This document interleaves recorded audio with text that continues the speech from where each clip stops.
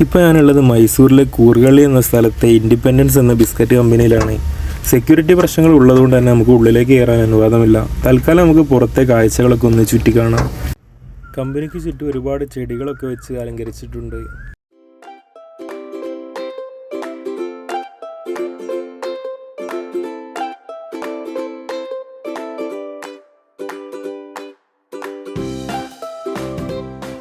ഇവിടെ ഒരു ഭാഗത്തായി ചെറിയ അമ്പലം പോലെ പൂജ ചെയ്യാനായി ഒരു സ്ഥലമുണ്ട്. പക്ഷേ ഉള്ളിൽ ദൈവത്തിൻ്റെ വിഗ്രഹമോ ഒന്നുമില്ല. കമ്പനിയിലേക്ക് കയറുമ്പോൾ തന്നെ വലിയൊരു ടാങ്കുണ്ട്. സെക്യൂരിറ്റിയോട് ചോദിച്ചപ്പോൾ ചൂടുവെള്ളം സംഭരിക്കുന്ന ടാങ്കാണെന്നാണ് പറഞ്ഞത്. ഈ വണ്ടികളൊക്കെ ലോഡ് കയറ്റി വെച്ച വണ്ടികളാണ്. എല്ലാവരും ബില്ല് കിട്ടാൻ കാത്തിരിക്കുകയാണ്. ലോഡായിട്ടുണ്ടെങ്കിലും ബില്ല് ഇതുവരെ ആർക്കും കിട്ടിയിട്ടില്ല.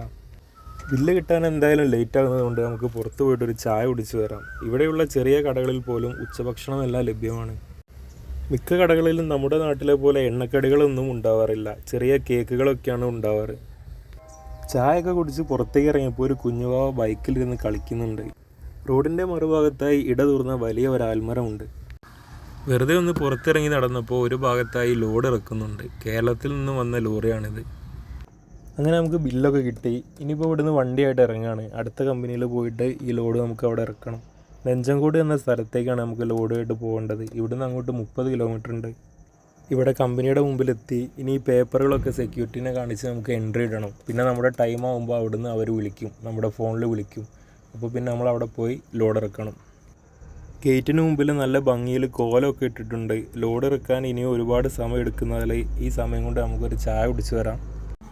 ഇവിടുന്ന് ചായക്കടയിലേക്ക് ഒരുപാട് ദൂരം നടക്കാനുണ്ട്. ഇവിടെ നല്ല കാറ്റുള്ള ഏരിയ ആണ്. റോഡിൻ്റെ 2 ഭാഗത്തായിട്ടും നല്ല കാറ്റ് വീശുന്നുണ്ട്.